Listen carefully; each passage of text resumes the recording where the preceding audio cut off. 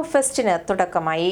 1999 തുടങ്ങിയ പോഴങ്കാവ് യുവജന സമിതി 2025 ഏപ്രിൽ 30 തുടങ്ങി 6 വരെ നീണ്ടുനിൽക്കുന്ന 25ാം വാർഷികം സമൂഹത്തിലെ യുവജനങ്ങളെ മുഴുവൻ കാർന്നു തിന്നുന്ന വിധത്തിൽ പടർന്നുകൊണ്ടിരിക്കുന്ന രാസലഹരിക്കെതിരെ എല്ലാ ജനവിഭാഗങ്ങളെയും പങ്കെടുപ്പിച്ചുകൊണ്ട് പോഴങ്കാവ് ഫെസ്റ്റ് 2025 ഏപ്രിൽ 30 മുതൽ മെയ് 6 വരെ വൈദഗ്ധ്യങ്ങളായ പരിപാടികളോടെ നടത്തപ്പെടുന്നു.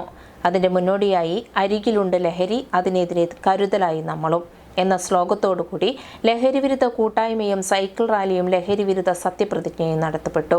ശ്രീനാരായണപുരം പഞ്ചായത്തിലെ പോഴങ്കാവ് പ്രദേശത്ത് 2 ഏക്കറോളം വരുന്ന സ്ഥലത്ത് യുവജനങ്ങളെയും വിദ്യാർത്ഥികളെയും പങ്കെടുപ്പിച്ചുകൊണ്ട് 7 ദിവസം നീണ്ടു നിൽക്കുന്ന ഒരു ഉത്സവ പ്രതീതി നൽകുന്ന ഫെസ്റ്റ് സംഘടിപ്പിക്കാൻ തീരുമാനമെടുക്കുകയും അതിന്റെ ലോഗോ പ്രകാശനം ജലവിഭവ വകുപ്പ് മന്ത്രി റോഷി അഗസ്റ്റിൻ നിർവഹിച്ചു. പോഴങ്കാവ് ഫെസ്റ്റിന്റെ ഭാഗമായി ഉൾപ്പെടുത്തിയിട്ടുള്ള ഇലക്ട്രിക് സ്കൂട്ടർ അടക്കമുള്ള സമ്മാന കൂപ്പൺ കേരള റവന്യൂ വകുപ്പ് മന്ത്രി കെ രാജൻ ഏപ്രിൽ 7 നിർവഹിച്ചു.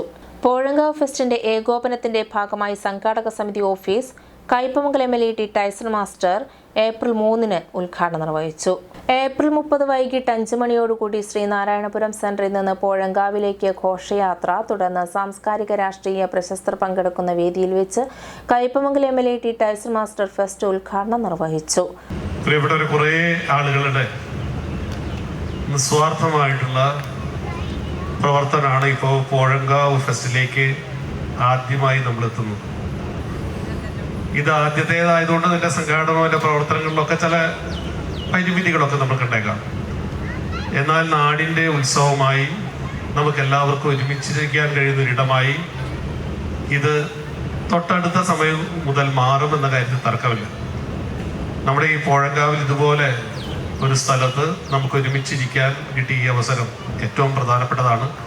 കുട്ടികളുടെയും അതുപോലെ വളരെ പ്രധാനപ്പെട്ട മറ്റുള്ളവരുടെ എല്ലാ കലാപ്രകടനങ്ങളും മറ്റുമൊക്കെ കാണുവാനുള്ള ഒരു അവസരമാണ്.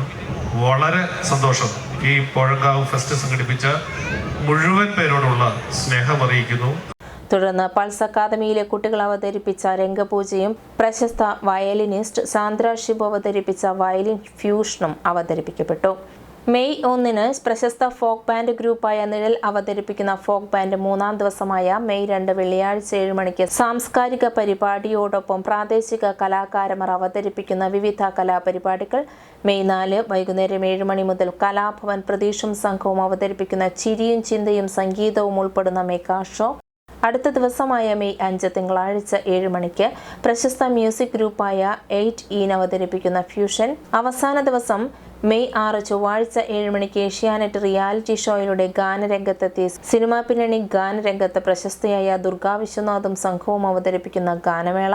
ഇതിനോടൊപ്പം കുട്ടികൾക്കും മുതിർന്നവർക്കും ഒരുപോലെ ആകർഷകമായ അമ്യൂസ്മെന്റ് പാർക്ക്, വ്യത്യസ്തങ്ങളായ ഭക്ഷണങ്ങൾ സജ്ജീകരിച്ചിട്ടുള്ള ഫുഡ് കോർട്ട്, കുട്ടികൾക്കായി പ്രത്യേകം സജ്ജമാക്കിയിട്ടുള്ള കിഡ്സ് കോർണറും ജംഗിൾ ഗാർഡനും ഗോസ്റ്റ് ഹൗസും കൂടാതെ കുതിരസവാരി തുടങ്ങിയ മറ്റ് ആകർഷകമായ വിനോദങ്ങളും ലഹരിക്കെതിരെ മുഴുവൻ ജനങ്ങൾക്കും അറിവ് പകരുന്നതിന്റെ ഭാഗമായി എക്സൈസ് ഡിപ്പാർട്ട്മെന്റിന്റെ പ്രത്യേക സ്റ്റാളും കുടുംബശ്രീ യൂണിറ്റുകളും പ്രശസ്ത ബാങ്കുകളും നടത്തുന്ന കൺസ്യൂമർ സ്റ്റാളുകളും എല്ലാ ദിവസവും പ്രവർത്തന സജ്ജമാണ്.